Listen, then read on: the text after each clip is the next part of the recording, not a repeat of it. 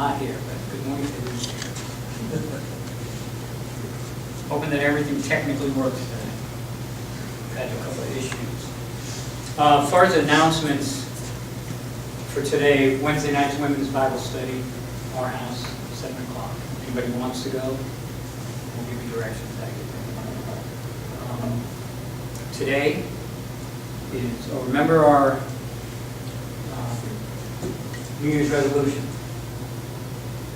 from last week. Very simple.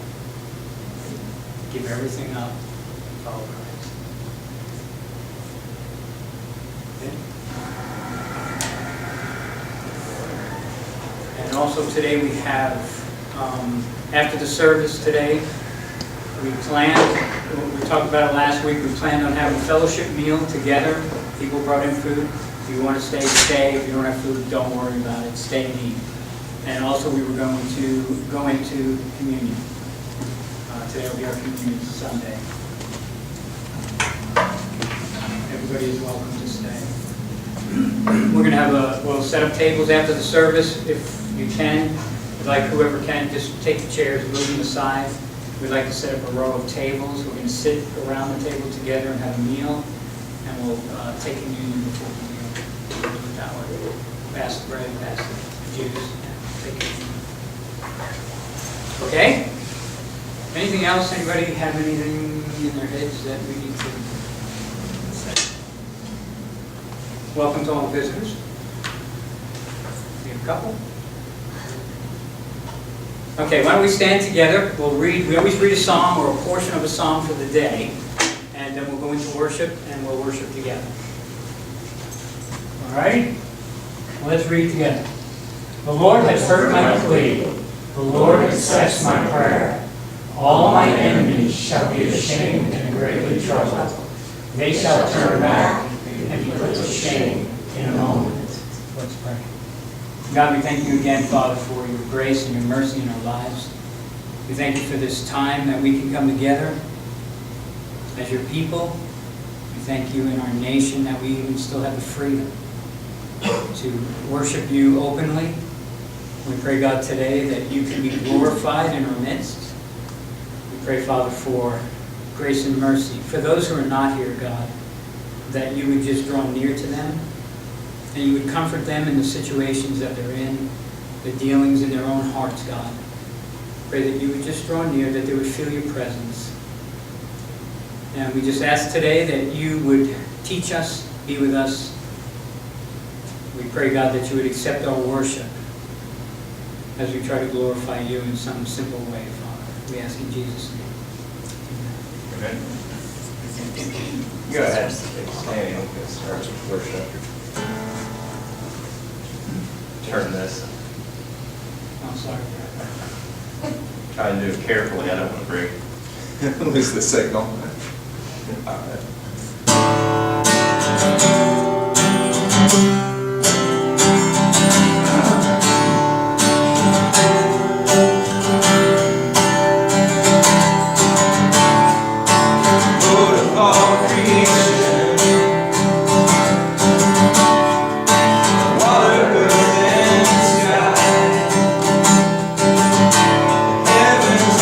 Tabernacle.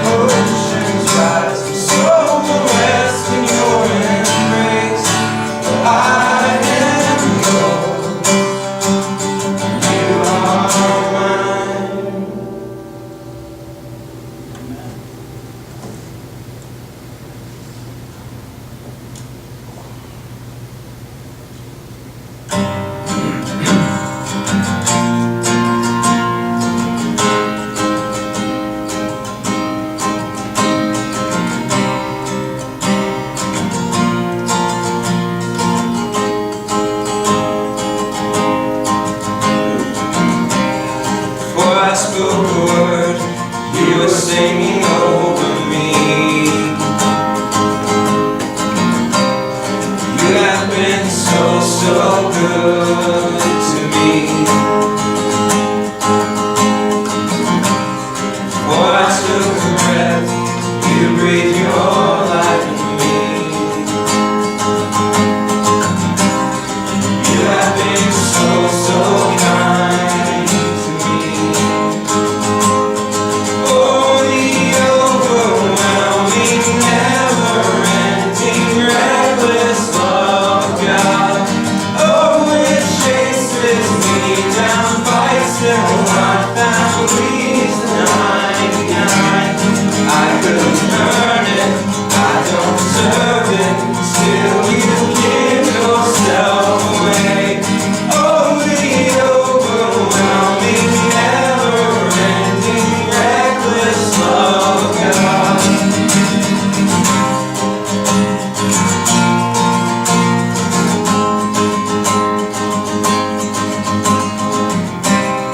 I was your foe, still your love fought me.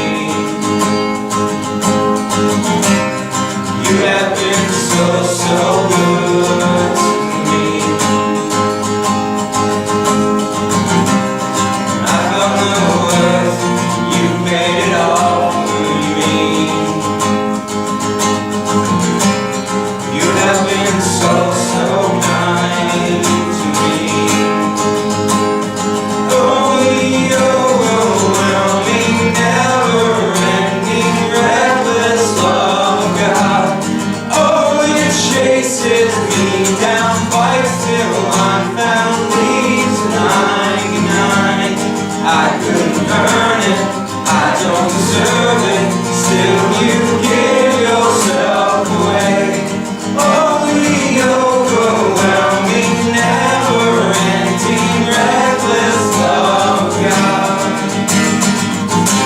No shadow you won't light up, mountain you won't climb up, coming after me. So no wall you won't get down, lie you won't tear down, coming after me. No shadow you won't light up, mountain you won't climb up, coming after me. No wall you won't get down, lie you won't tear down, coming after me. No shadow you won't light up, mountain you won't climb up, coming after me. No wall you won't get down, lie you won't tear down, coming after me. Oh, the overwhelming, never-ending, reckless love of God. Oh, it chases me down, fights till I'm found, leaves 99. I couldn't earn it, I don't deserve it, still you give yourself away. Oh, the overwhelming, never-ending, reckless love of God. Oh, the overwhelming, never-ending, reckless love of God. Oh, it chases me down, fights till I found peace 99. I couldn't earn it, I don't deserve it, still you give yourself away. Oh, the overwhelming, never-ending, reckless love of God.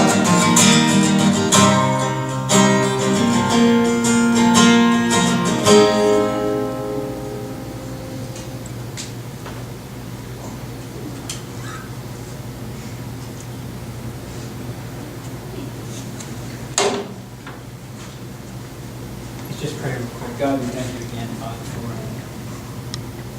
just your mercy and your grace in our lives. God, we thank you that you love us so much, and yet we deserve so little, God.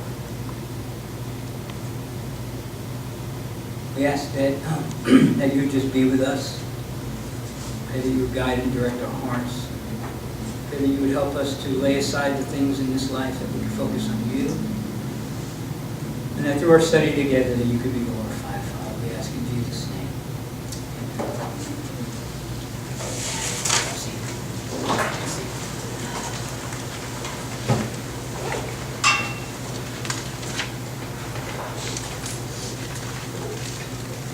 Well,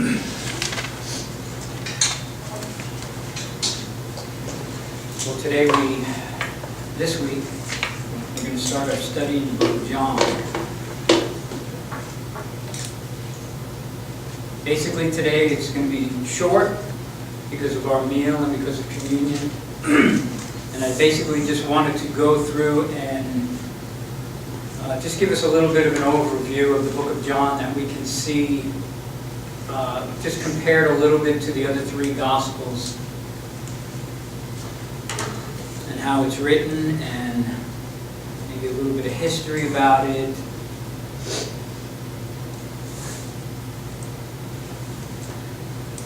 Matthew, Mark, and Luke are known as three synoptic Gospels. It's a term that they use called synoptic.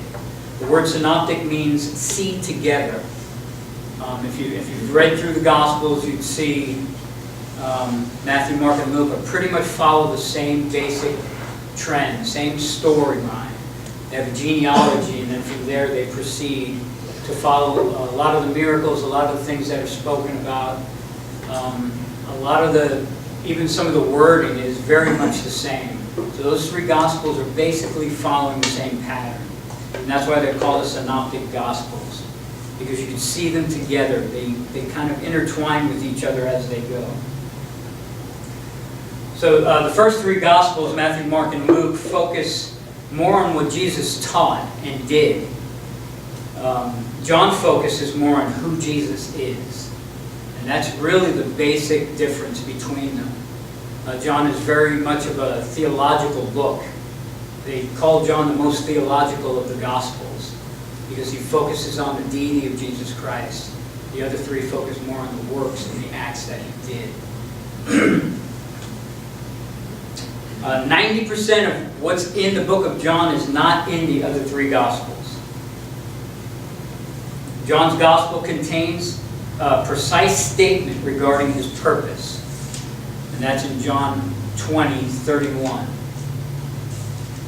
John's purpose in writing, that these are written so that you may believe that Jesus is the Christ, the Son of God, and that by believing you may have life in his name. That's the purpose John's writing his gospel. He has two main purposes within the purpose of writing. He has two primary purposes of the gospel. It's a twofold kind of a gospel that he writes. The primary purposes that he wants to accomplish in the gospel, it's evangelistic and it's apologetic. And I put the definitions basically for those two terms so we can understand that. Obviously, evangelistic is seeking to convert others to the Christian faith. That's a major portion of what John speaks about because he's writing to the Greeks and the Jews when he's in the city of Ephesus, and we'll get into a little of that. But it's an evangelistic gospel. It focuses very much on evangelism. And the other point is apologetic, is a formal defense or justification of the faith. And in reinforcing his evangelistic purpose is the fact that the word believe is used over 100 times in the Gospel of John. Because his purpose, his goal is to have you to believe in who Jesus Christ is and what he came to accomplish. So the book of John is written to non-Christians and Christians. Okay, it's written to non-Christians in the evangelistic idea, to draw people to Christ, to show them who he is, so that they, like we read, so that they would believe and that they would have life in him. And to the Christian, it's apologetic. It's just walking you through, making sure that you remember who you serve. That we're not just serving a man who walked the earth one day, but we're serving the very Son of God, God in flesh.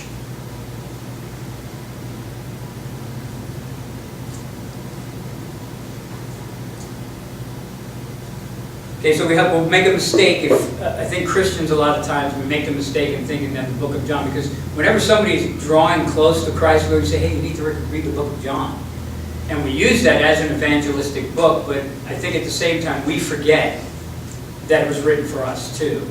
And we kind of push that aside and we'll read Matthew, Mark, and Luke because they take us through his genealogy, they take us through his birth, they take us through the acts and stuff that he does. And sometimes we forget that the book of John is also written to us. It's to reassure us of who we're serving. It's so that believers in Jesus must go on believing in Jesus in order to be saved in the end. Jesus said in John 15:6, if anyone does not abide in me, he is thrown away like a branch and withers. And the branches are gathered, thrown into the fire and burned. And also again in John chapter 8, he said, if you abide in my word, you are truly my disciples. So the verse that we covered, when John says that these are written so that you may believe that Jesus is the Christ, the Son of God, and that by believing you may have life in his name, he meant that he was writing to awaken faith in non-believers and to sustain faith in the believers. I hope that makes sense.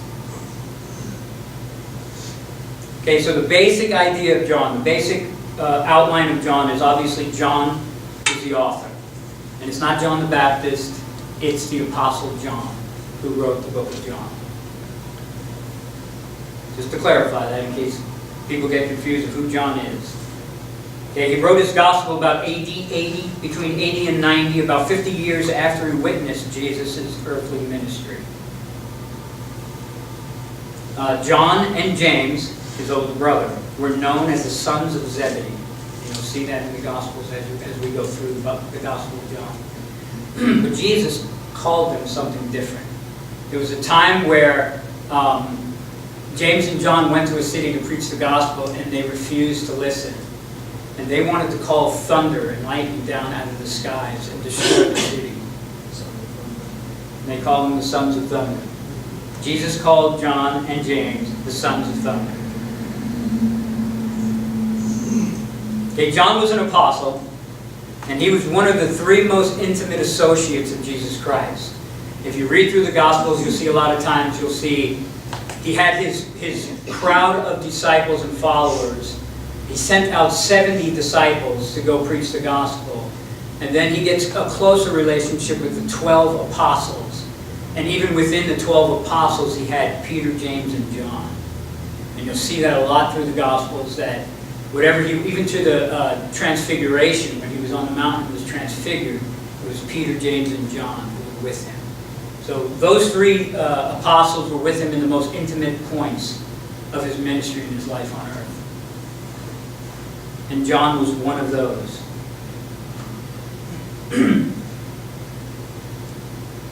So after Christ's ascension, John became a pillar in the church of Jerusalem. He ministered with Peter until he went to Ephesus. And that's where he wrote this gospel. He was in the city of Ephesus, which was a Greek culture. And he wrote the book of John in that culture. To that culture. He was trying to reach the Greeks and also speak to the Jews. And we'll notice in the book of John, when we go through it, when we start walking through the Word, in the other Gospels they don't do this, but a lot of times in the book of John, he'll take words that he'll say rabbi, and he'll interpret that Jewish word into a Greek word for the purpose of those people so they would understand. So he might say teacher and then say rabbi, or he might say master, and he'll interpret those words as he goes through the Gospel.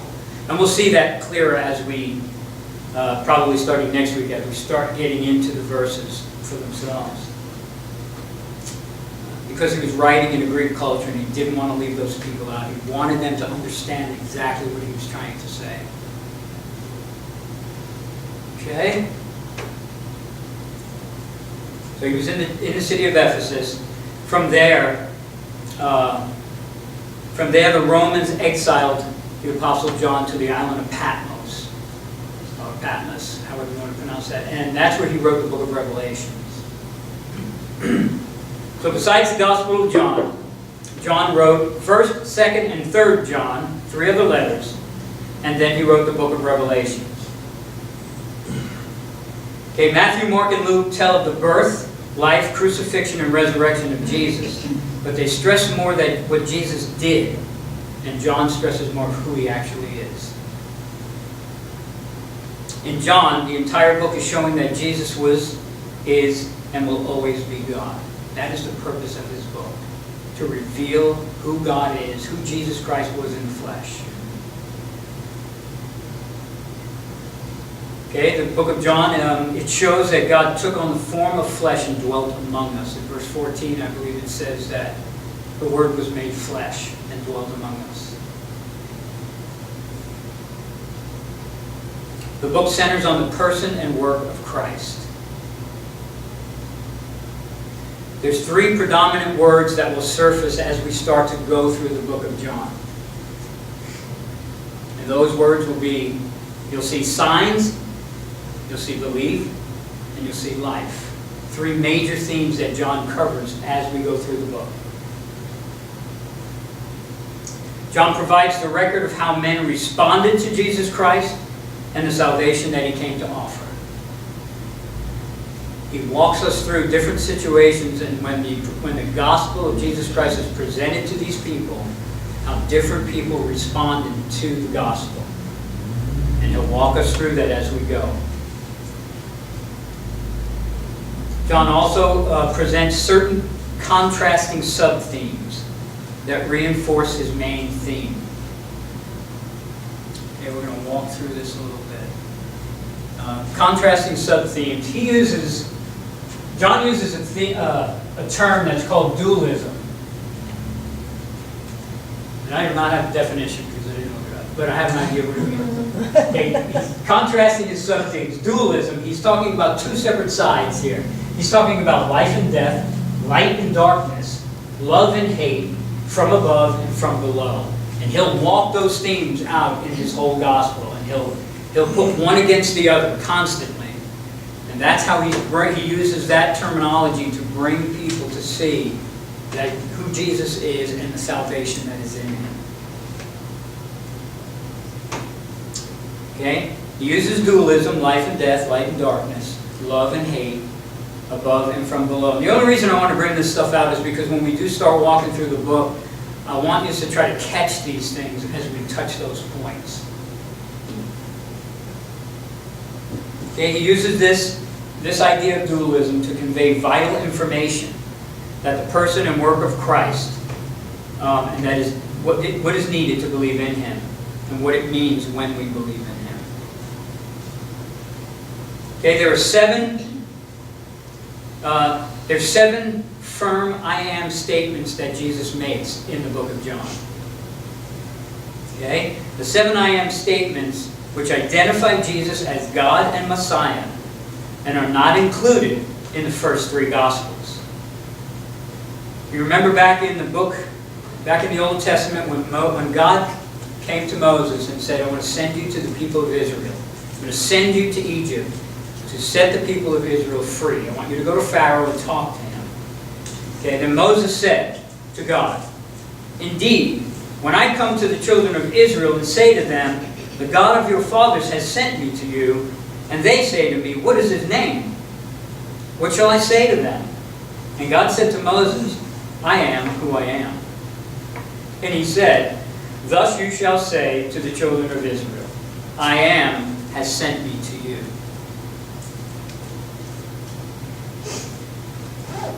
So in the book of John, now these are not in the other Gospels, in the book of John, he takes us through those very I am statements to show us that Jesus is actually God. He is the great I am. He is the Son of God made flesh. Okay?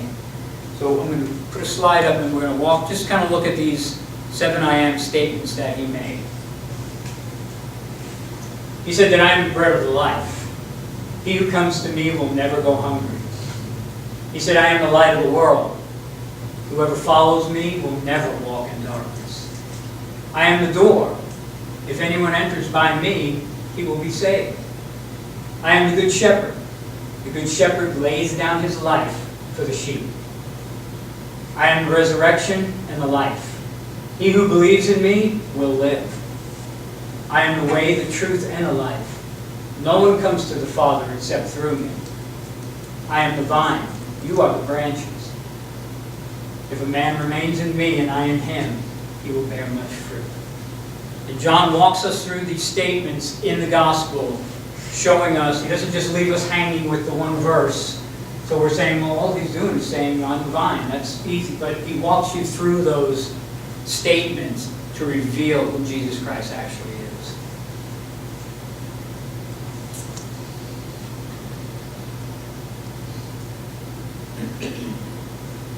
There's also 7 miracles. It's interesting that there's 7 I am statements and there's 7 miracles. And we won't get into the whole thing, but there's a whole numbers game in the scriptures that we'll see a lot. 7, the number 7, the fullness, completion. I don't know if we can get into that. That's a lot of in-depth study. That would probably be more for a Bible study. We can bring that up and get into some of that. But there are 7 miracles also of Christ recorded, and all of them show Jesus' Godhead. 6 of the miracles are only mentioned in the book of John. So remember, that's his purpose. His purpose is to show these people, the unbelievers, to show them who Jesus Christ is, and to reassure us of who we're serving and who we're following. Okay. The book shows the opposites. It walks us through the opposites of Jesus Christ compared to Satan. We see light and darkness, good and evil, truth and lies. Matthew shows that Jesus came from Abraham through David and demonstrates that he is the Messiah promised in the Old Testament. Mark shows Jesus came from Nazareth, demonstrating that Jesus was a servant. Luke shows Jesus came from Adam, demonstrating that Jesus is the perfect man.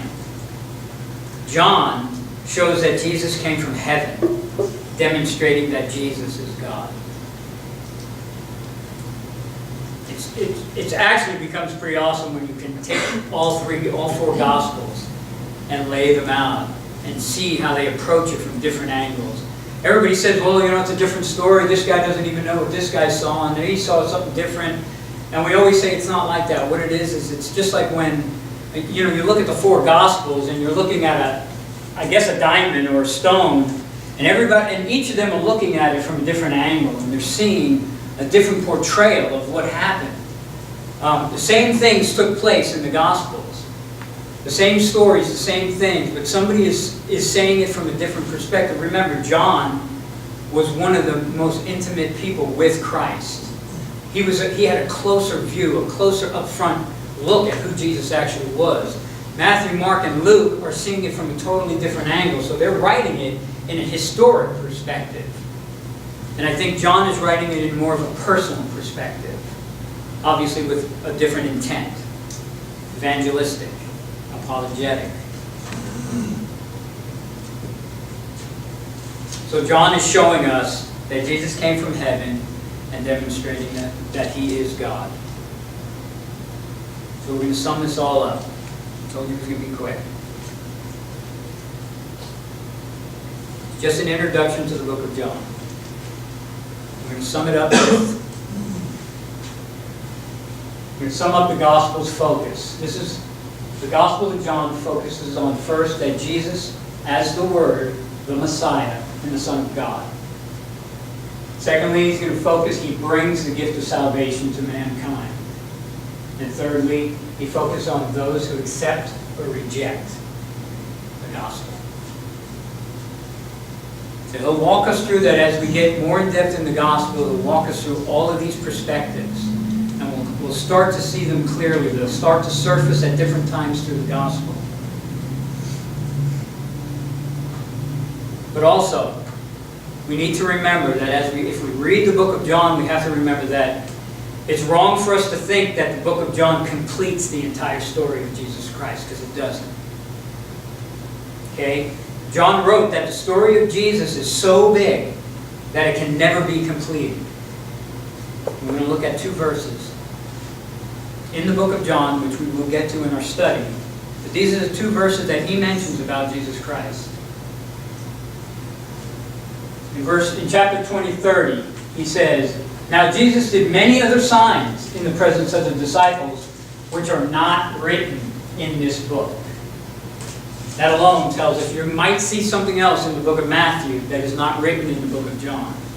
Or you might not see anything in the Gospels at all of the acts and the works that Jesus did, because they were not written down. And this is why. Because now there are also many other things that Jesus did.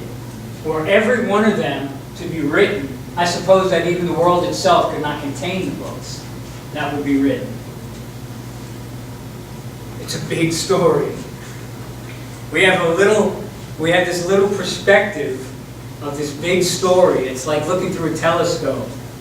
You know, and we're looking at this big story from far away, and hopefully what we can do is going through the gospel step by step, we can bring that focus in and bring that story closer and closer as we go through. And I think that's what's going to happen. I think it's going to open up. We're going to touch some of these things. It's going to open up a little bit more of what John is trying to accomplish.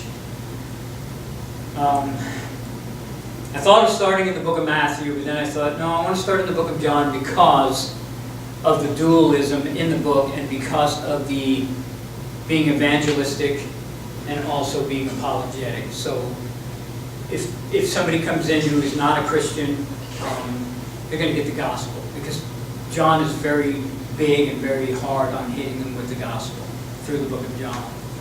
And also the apologetic side of it is that us, ourselves, would not be left out. John was very specific in some of the things that he wrote. He wanted to make sure that those who were not believers were drawn in. Remember, he's a fisherman. He wanted to make sure that they were kind of reeled in slowly and brought them in to where they actually got to the point, wow, Jesus Christ is the Son of God. And that's why Jesus told Peter, I'll make you a fisher of men. That's what we're supposed to do. And that's why most of us as believers, I think when we talk to people, we reference the book of John. Or we tell them, hey, you need to read, you need to start your faith in the book of John. Because the book of John is the most clearest portrait of who Jesus actually is. Not just what he did, but who he actually is. I think it tells us more of a clearer history. It gives us more of a clearer vision. It helps us to get to know him a little more personally than just seeing him from a distance. Well, look, this is what he did. And John will bring us into the living room and we'll say, wow, I get to know him. I get to see who he actually is. I get to feel him. So John is a little bit more of a personal gospel book. So that's what we want to do. As we get together, we want to start reading through the book.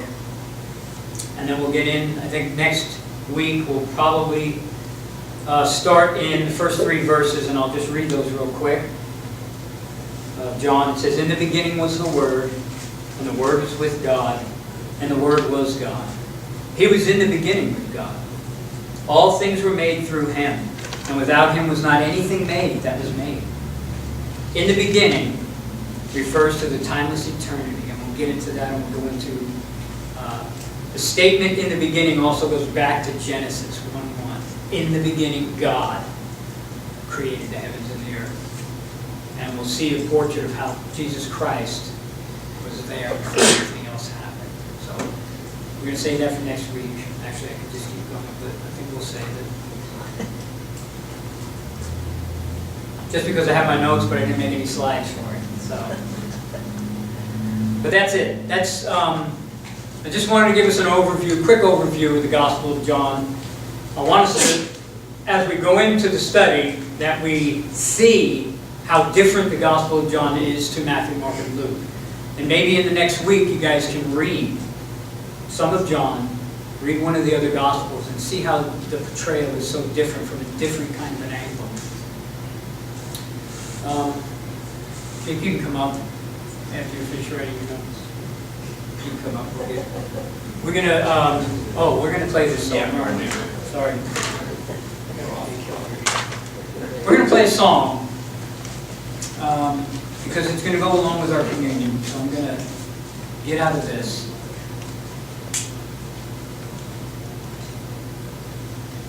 Just for a second. Greg, will this play over this through here? If I just play it? Yeah. I'm just going to bring it up from. You may have to move it over to that screen. Well, we're going to show the words, but I just want the music to come out. Do the slides with the.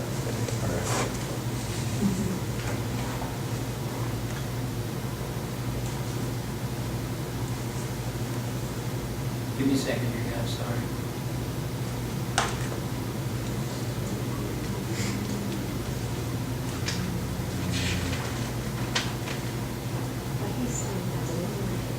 Help?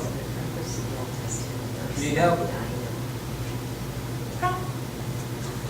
I am afraid I am. Help? You're more Okay. help than I am. Okay. How do I get that to you? Does it play? The sound's not. Yeah, it's fine. Terry, Yeah. Terry, what was that? What was the verse I am the great I am? The verse he referenced, I am the great I am. The original Tim, he was talking about the I am statements. Do you remember it? Make it loud.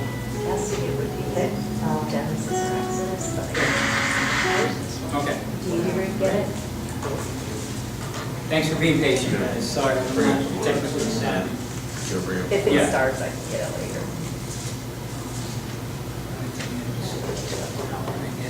This. So just start You're playing referring to that. Moses? Flip over to the- Yes. Always talking. Yes. Okay. You ready? I'm going to play this song. Exodus 3. The song, I'd like us to pay attention to the words because the song is going to kind of walk us into our communion. Okay? You say start this first. Let's start that and then flip over. Start that.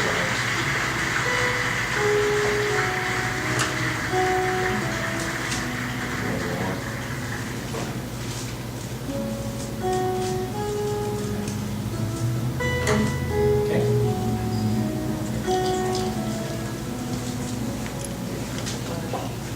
Exalted, Son of glory,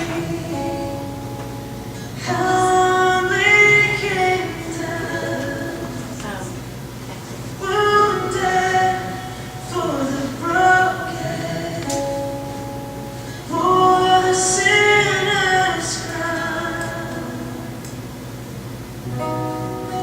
Through the willing death you died.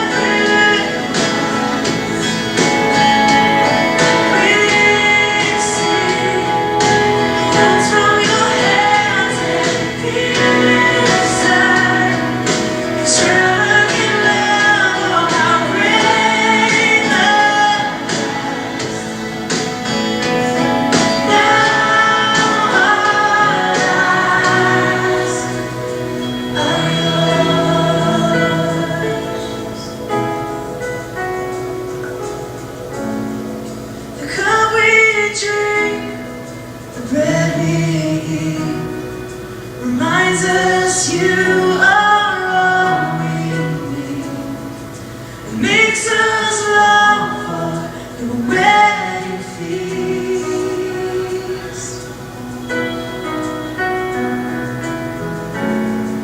The cup we drink, the bread we eat, reminds us you are all we need.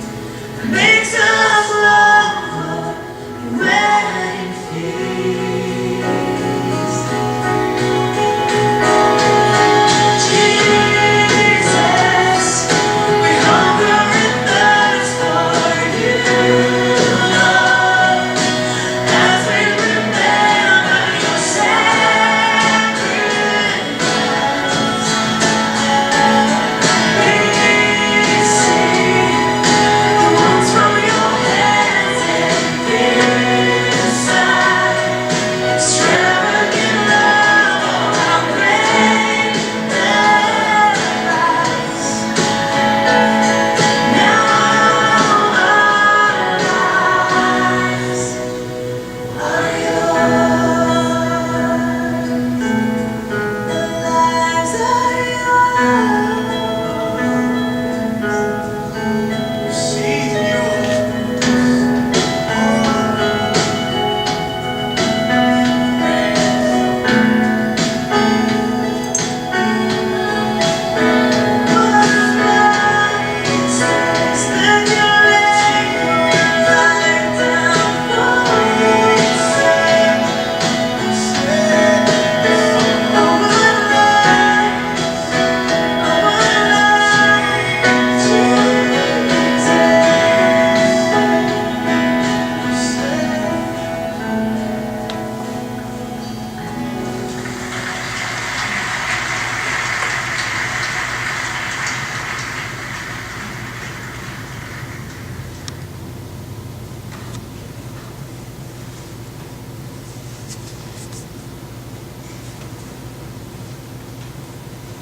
Let's just stand, we'll pray and we'll close.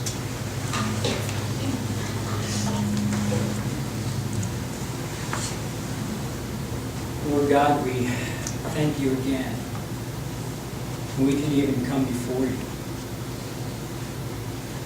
We can even come to your throne of grace in our time of need.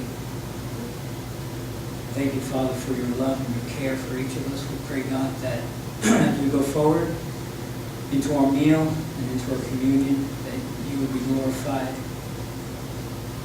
We pray you just move in our hearts. But our desire is just to be closer to you. Just to be the people who you desire us to be, God. So we ask that you meet with us again as we fellowship. We ask in Jesus' name. Amen. You guys wouldn't mind moving chairs out? We'll bring some tables in.